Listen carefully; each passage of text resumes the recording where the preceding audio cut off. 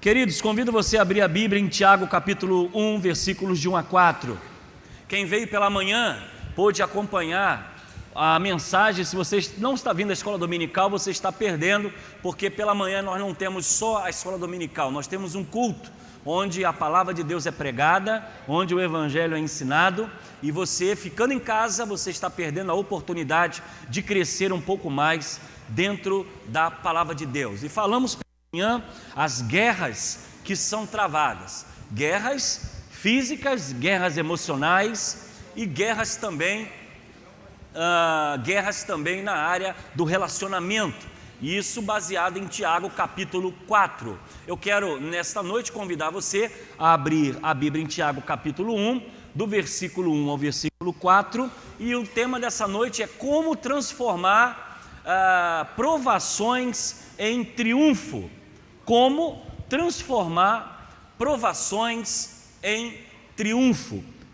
E eu gostaria de ouvir os irmãos se todos encontraram a palavra de Deus nessa noite. Aqueles que encontraram, digam amém. Amém.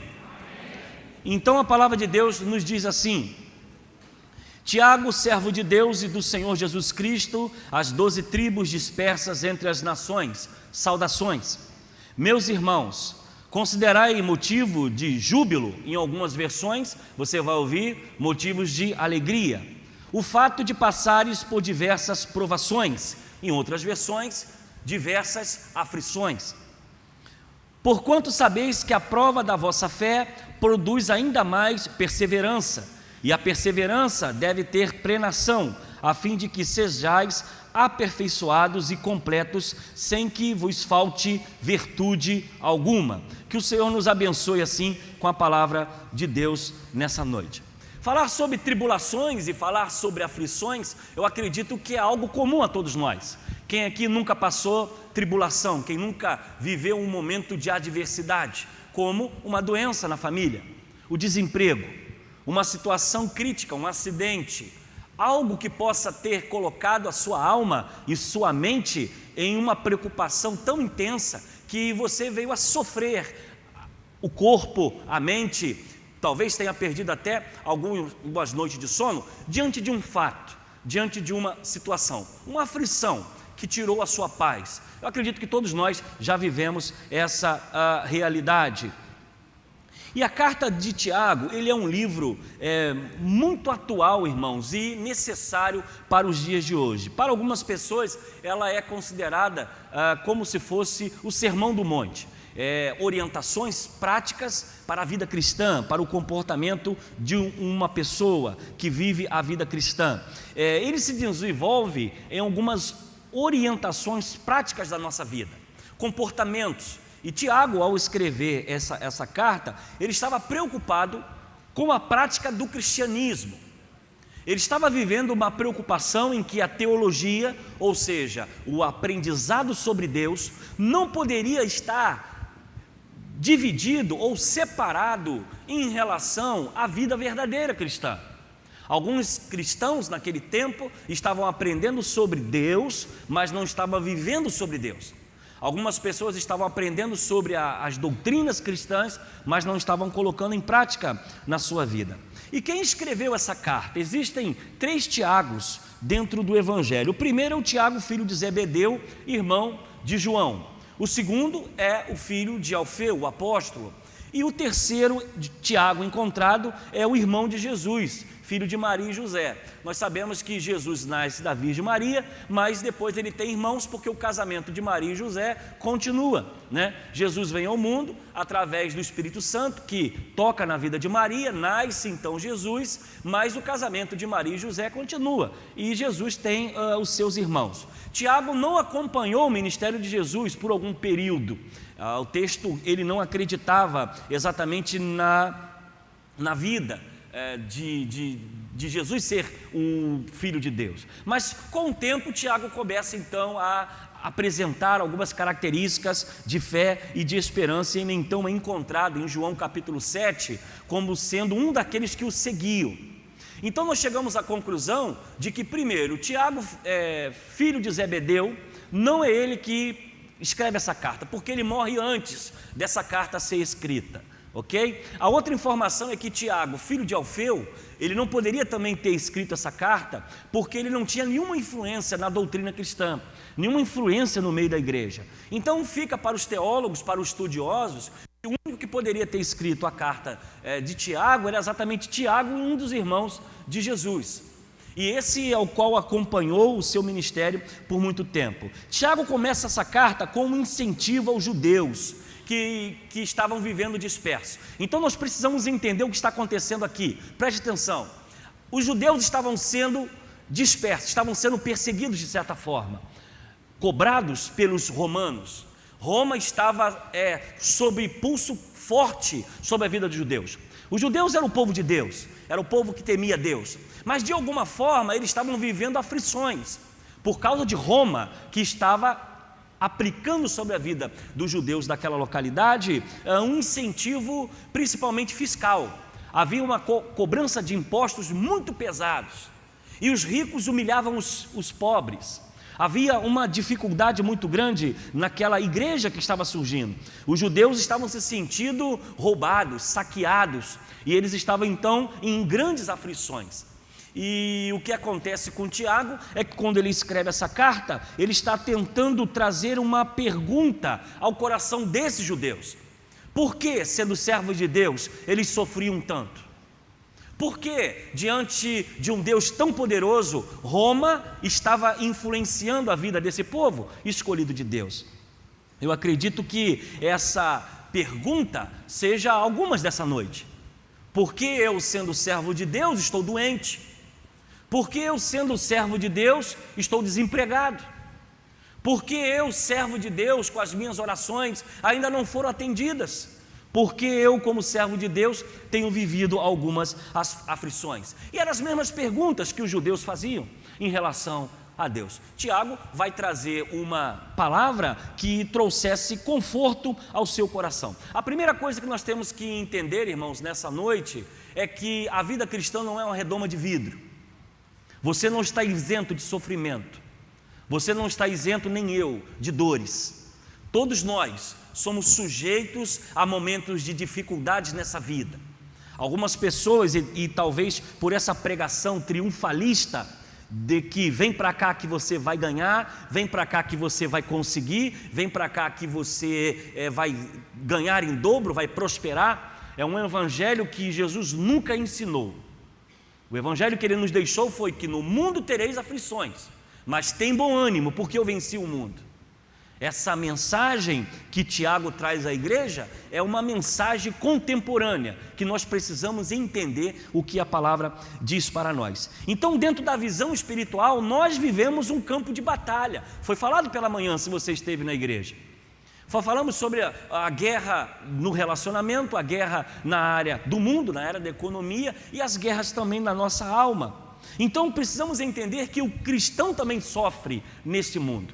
Passa tribulações, passa luta, passa dificuldade, mas a diferença que temos entre nós e aqueles que não servem a Deus é que nós temos um Deus que ouve a nossa oração, há um Deus que atende o nosso clamor, há um Deus que está conosco no deserto, na dificuldade e diante da doença.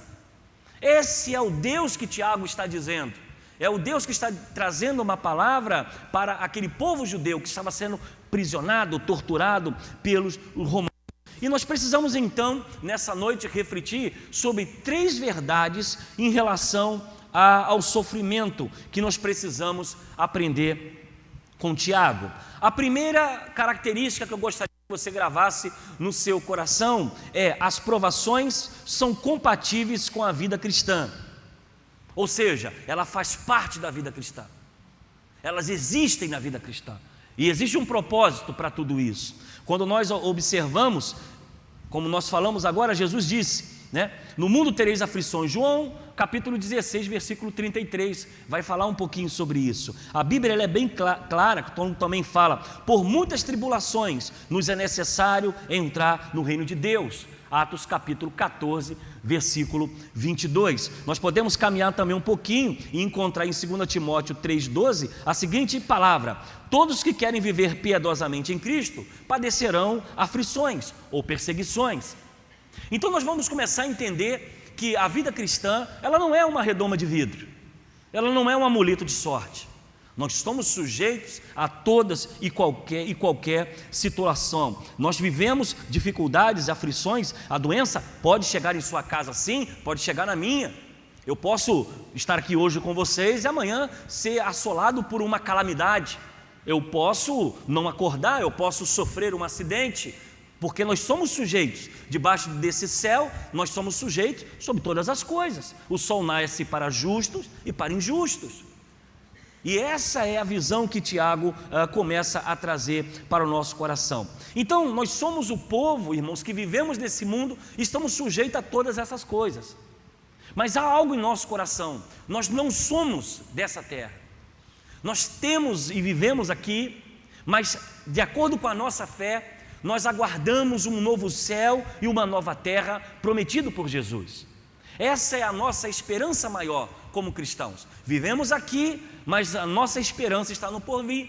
E esse porvir diz que não haverá choro, não haverá pranto e não haverá dor. Será um novo céu e uma nova terra. Se você perdeu essa esperança, se você perdeu essa perspectiva, você precisa fazer uma avaliação da sua vida com Deus, porque o que nos dá a certeza de estarmos aqui nessa noite, cantando, nos alegrando, louvando, é a certeza de que quando fecharmos os olhos nesse mundo, haverá uma outra terra, um novo céu, aguardando por todos nós.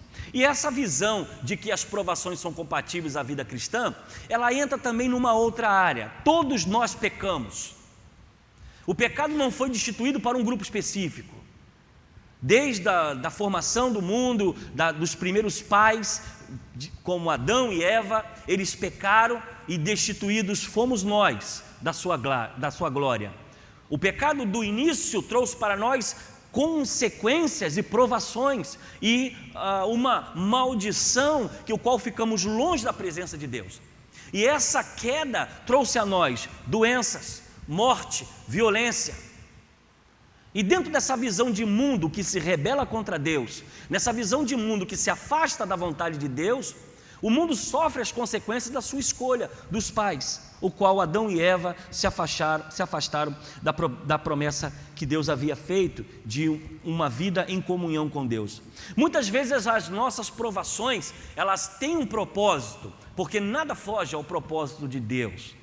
Tiago vai trazer essa visão aos judeus que estavam sendo aprisionados pelos romanos e, de certa forma, perseguidos, de uma visão de que havia um propósito específico sobre todas aquelas coisas. Então, quando nós paramos para pensar, eu não sei a dor que você talvez esteja vivendo, ou a crise que você esteja passando, provavelmente numa área emocional, numa área financeira, numa área profissional, eu não sei qual a crise, mas essas coisas trazem em nós inquietações, que nos tiram a paz, o sono, colocam a nossa emoção numa situação muito grave, e a pontos até de pessoas terem infarto, palpitações, AVC, porque a emoção acaba atingindo também o físico.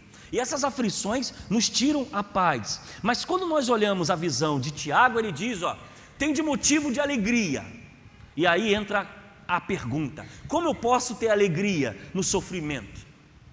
Como eu posso me alegrar quando as coisas estão difíceis, quando as portas estão fechadas, quando aquilo que eu tanto sonho não acontece, quando as minhas orações ainda não foram respondidas? Como eu posso me alegrar diante desse sofrimento? E as provações, elas também podem vir de escolhas erradas. Por exemplo, uma pessoa que passou a vida toda fumando e agora contrai um câncer na garganta ou no pulmão. Foram escolhas de decisões erradas que trouxe sobre a vida dele uma doença e uma aflição. Por exemplo, uma pessoa que pega o carro e o sinal está dizendo, a sinalização é que você deve correr no máximo a 80 quilômetros.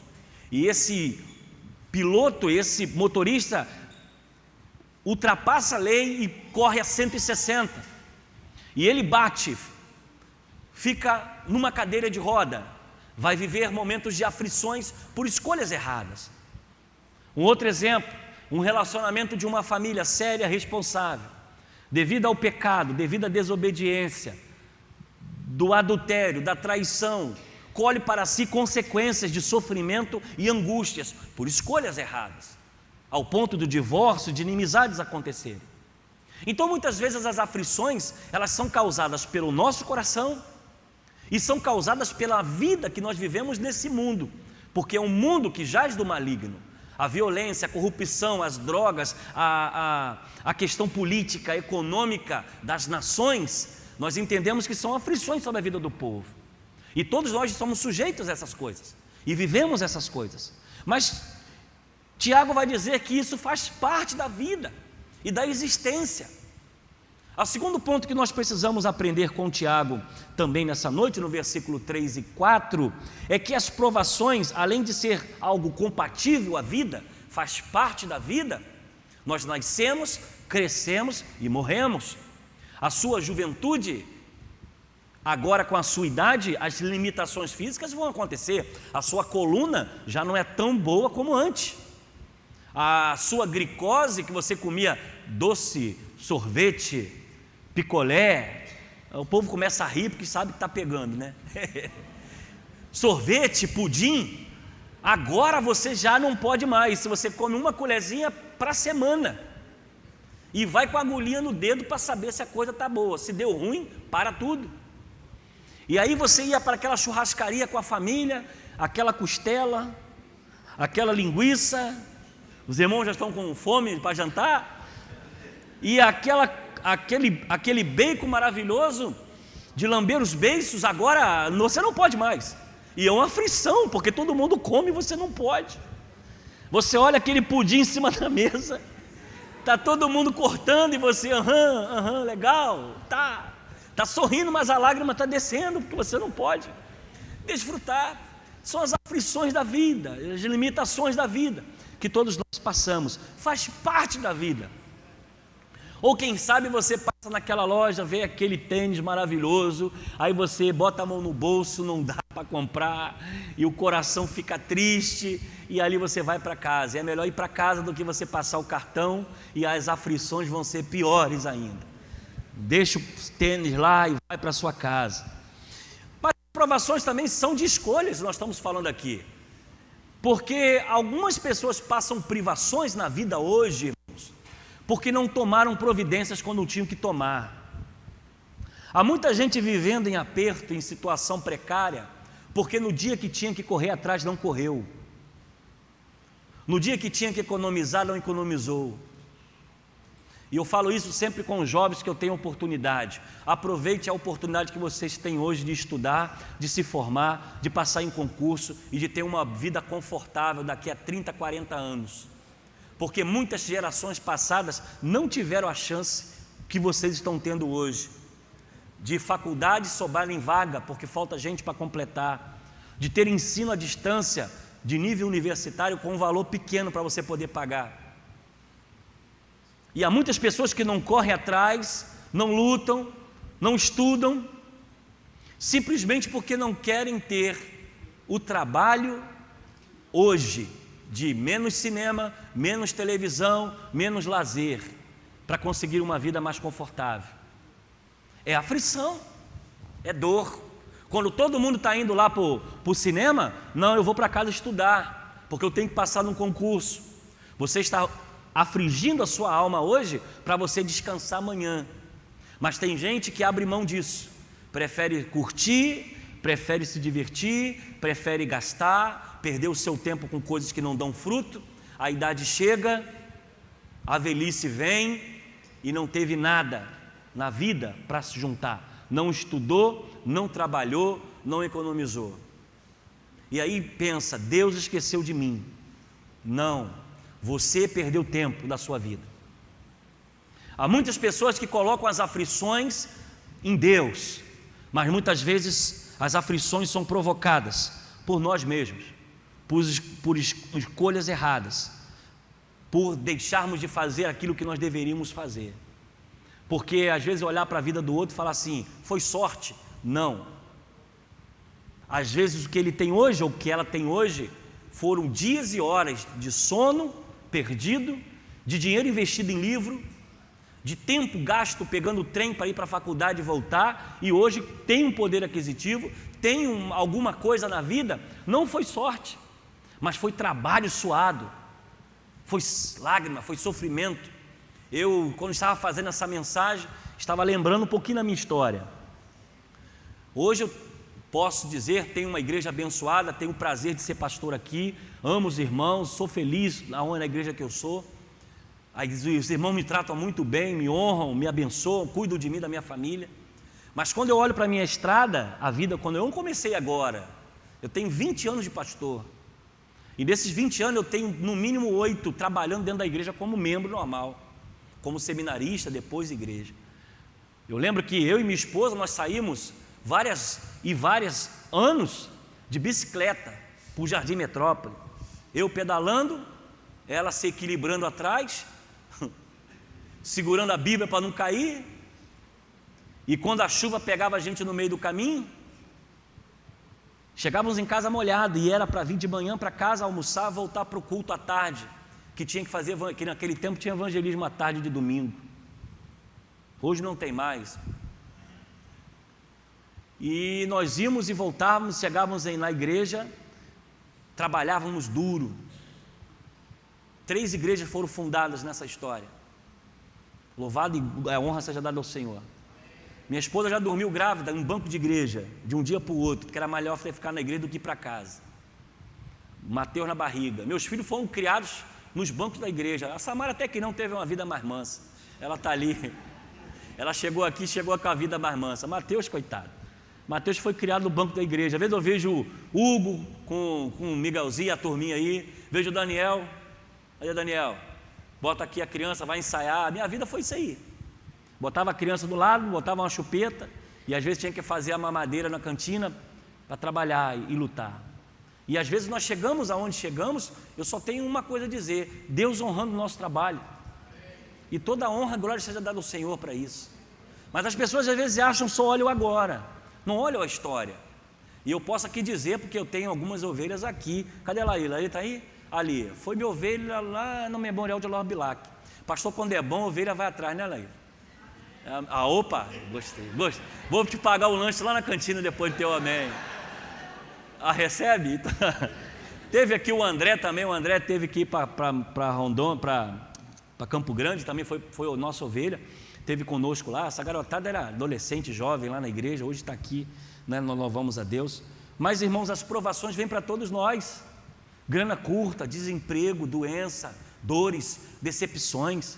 Ministério também é dor, não é só festa não, é dor, dói a alma, dói o sentimento, mas quando a gente tem convicção do que Deus fez e vai fazer, a gente não desiste, não para e nem desanima, nós vamos em frente, porque isso é o chamado de Deus. Então o que eu quero dizer com isso? A luta e a tribulação faz parte da vida, ela não é uma redoma de vidro. Se você quer chegar a algum lugar, você tem que sangrar e lutar agora, e vai doer, vai machucar, mas vai haverá um tempo que você vai desfrutar do que você fez.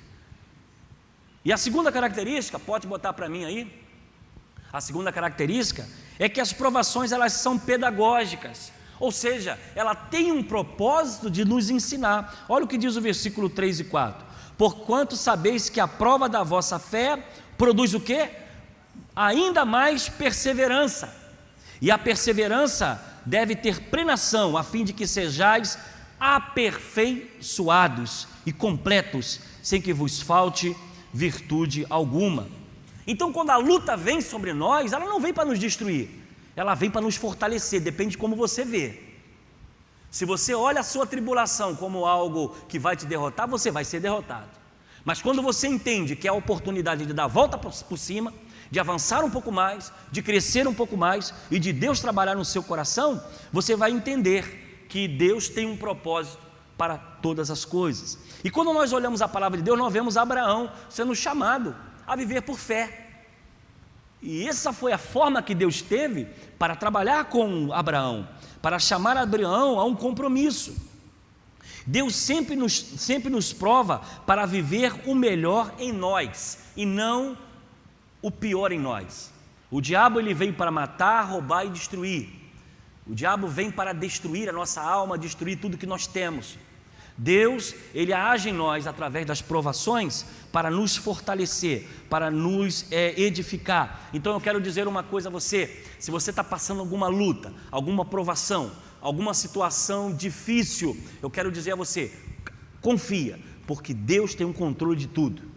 Ele está preparando você para algo maior, para algo melhor, que talvez você não entenda agora, mas no tempo certo, na hora certa, você será atingido pelo poder de Deus. Tudo tem um propósito. Paulo vai dizer: sabemos que todas as coisas cooperam para o bem daqueles que amam a Deus. Então a nossa luta, a nossa tribulação, ela está nos despertando para algo maior. As provações, elas visam sempre a glória de Deus na nossa vida. Então, antes da semente nascer, ela precisa morrer. Antes da semente cair na terra e brotar, ela precisa morrer para poder brotar. E muitas vezes as tribulações de nossa vida, ela vem para quebrar o vaso e fazer de novo. E muitas vezes é a forma de Deus trabalhar para tirar, sabe o que de nós? O orgulho, a vaidade, tirar de nós aquele alto, não, estou aqui nessa posição porque eu sou, porque eu fiz, porque eu sei. E essas provações pedagógicas, Deus vai lá e faz assim, ó, vamos tirar o tapete dele aqui para ver se ele é bom mesmo. E aí nós vamos diretamente para a oração, que é o local onde nós precisamos buscar a presença de Deus. Mas os cristãos precisam ser pacientes. E muitas vezes na tribulação, irmãos, nós nos precipitamos em tomar decisões erradas, em fazer coisas erradas, porque às vezes o desespero bate na nossa mente, a gente começa a ver a coisa ficando ruim, ficando esquisita, nós então nos precipitamos a Deus, e nós queremos tomar decisões por conta própria, escolhemos coisas que muitas vezes nos damos mal. Quer ver um exemplo? Sansão tinha uma ordem de não contar o seu segredo, e ele, precipitado em falar demais, conta para Dalila qual era o seu segredo. E o que acontece com Sansão? Corta o seu cabelo e ele perde a força que estava nele. Nós temos também, por exemplo, Pedro. Jesus está sendo preso e Jesus havia dito que aquilo havia de acontecer. E precipitado, impulsionado pela sua emoção, pela sua ansiedade, diz o texto que ele tira a espada e corta a orelha de Malco, quase mata Malco. Mas eu acredito que Pedro não mirou na orelha. Ninguém mira na orelha. Alguém mira na orelha aqui? Para mim, Pedro mirou o pescoço. E ele foi para degolar. Não foi para cortar uma orelha. Mas eu acredito que Malco, um cara soldado romano, esperto, deve ter tentado se esquivar. E aí, cortou a sua orelha. Mas Pedro, isso eu estou fazendo aqui uma suposição teologicamente baseada na hermenêutica, na exegese. Resumindo, estou chutando, tá bom, irmão? Vamos ser mais simples, estou chutando. Eu não acredito que alguém tire a espada para cortar a orelha. Vou cortar a sua orelha. Pá, cortei a sua orelha. Ele não fez isso. Na hora que vieram prender a Jesus, ele deve ter puxado a espada. Quem é o primeiro que entra? Aí o Malco, coitado, estava lá não sabendo o que está acontecendo, só viu a espada passando. Mas essas situações, irmãos, precisam trazer em nós equilíbrio, provações, desespero, vai bater em nossa alma.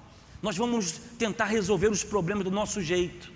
E eu quero aconselhar a você nessa noite a entender que a tribulação e as lutas que vêm, elas vêm para nos ensinar. Eu sei que de repente a porta está fechada para você. Eu sei que de repente você está buscando um emprego e ainda não encontrou. E eu quero dizer a você, acalma o teu coração, confie em Deus. Continue buscando, continue trabalhando, continue buscando. E no tempo certo Deus vai te abençoar. Eu quero falar a você que está aqui vivendo alguma crise dentro de alguma realidade da sua vida. Não se desespere, confie, saiba que Deus trabalha no nosso coração no tempo certo. Ele vai responder, Ele vai mostrar a sua vontade. Não tenha aflição, não tente resolver do seu jeito. Espere em Deus, vai para o quarto de guerra, vai para a oração, vai para o joelho e deixa Deus falar aquilo que você precisa receber de orientação.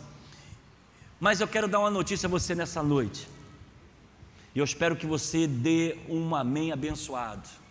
A segunda passagem que nós podemos aprender nesta noite é que toda provação é passageira. Toda provação é passageira, toda tempestade é passageira. Por mais dura que seja a sua vida, por mais que a viagem nessa existência humana que você tenha, você só tenha tomado pancada da vida, tomado bandeira, tomado volta da vida, eu quero te dizer uma coisa: toda tribulação ela é passageira, ela tem um tempo.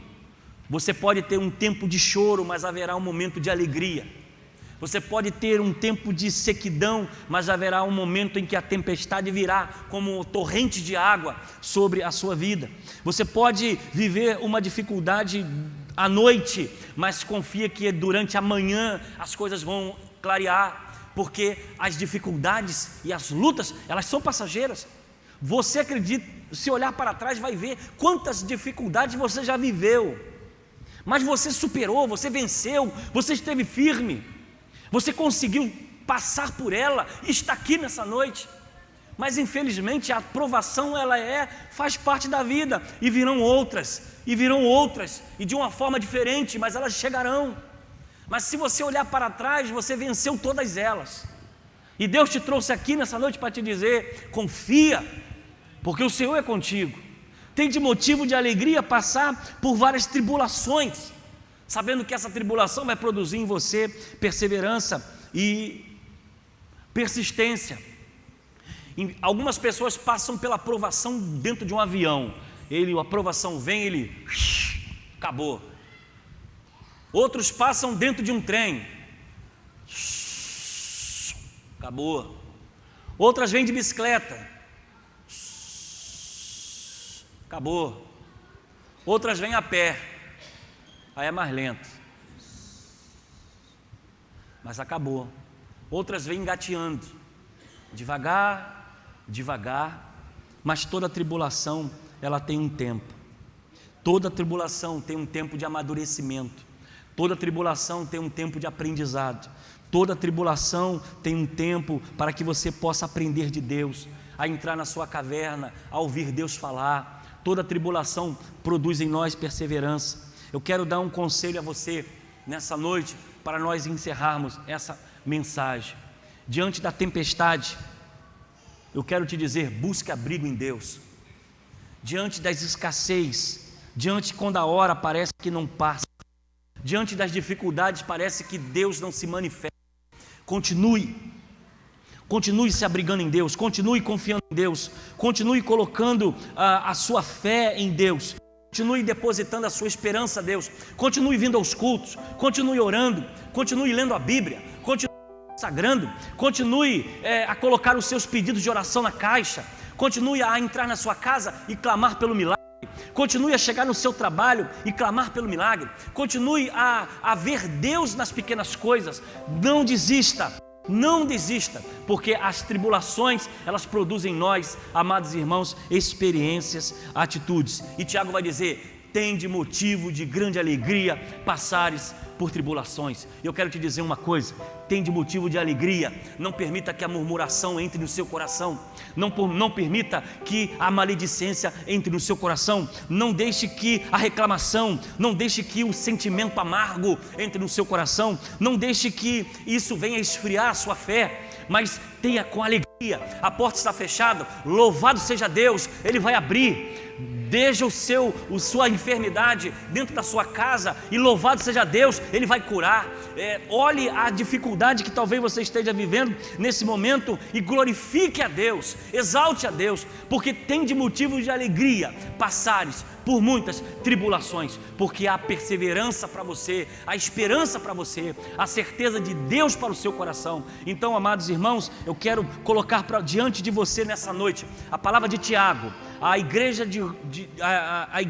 que estava vivendo a perseguição de Roma, as dificuldades, as lutas. Por mais que Deus é fiel, era um momento em que eles estavam passando tribulação, mas Tiago vai dizer que eles deveriam estar passando pela luta, mas confiante, passando pela luta alegre, passando pela luta com intensidade de alegria, sabendo que no tempo certo Deus vai trazer vitória ao nosso coração. Que essa possa ser a sua semana, uma semana de luta, mas uma semana de alegria, uma semana de paz, uma semana de certeza de que as portas vão se abrir, que Deus vai agir, que o milagre vai acontecer, que o mar vai se abrir, o maná vai descer e a glória de Deus vai se manifestar na sua vida.